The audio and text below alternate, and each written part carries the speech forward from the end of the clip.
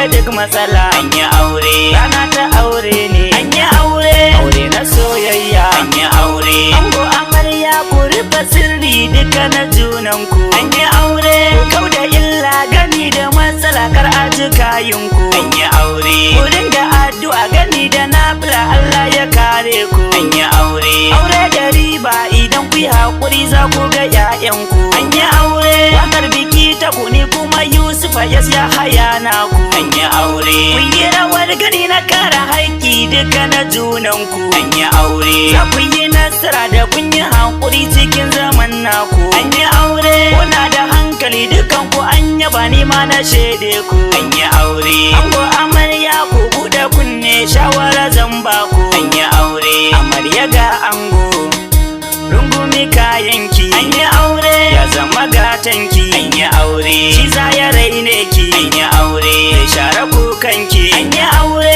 gida marana ki. An yi aure kula da angonki. An yi aure Allah ya zaɓe ki. An yi aure kin zama mai ɗaki. An yi aure ango yana son ki. An yi aure shi ya saya aure ki. An yi aure zigar gawayenki. An yi aure kar da ta ruɗe ki. An yi aure kar da kiyo tsaki. An yi aure gurin mijina ki. An yi aure aljanna maza ki. An yi aure idan ya shaide ki. An yi aure Allah ya kare ki. An yi aure yake da angonki. An yi aure wata tana tsaki. An yi aure da yi rashi naki. An yi aure ango kana zina. An yi aure yau ta zama matarka. An yi aure ka kama hannunta. An yi aure ka danyi kisnata. An yi aure auren ku yayi tsafta. An yi aure kula da haƙƙinta. An yi aure cinta da shanata. An yi aure shigar ku ta yi tsafta. An yi aure gudun da ba mafita. An yi aure gara a makonta. An yi aure farin ciki nata. An yi aure kai za ka sanya ta. An yi aure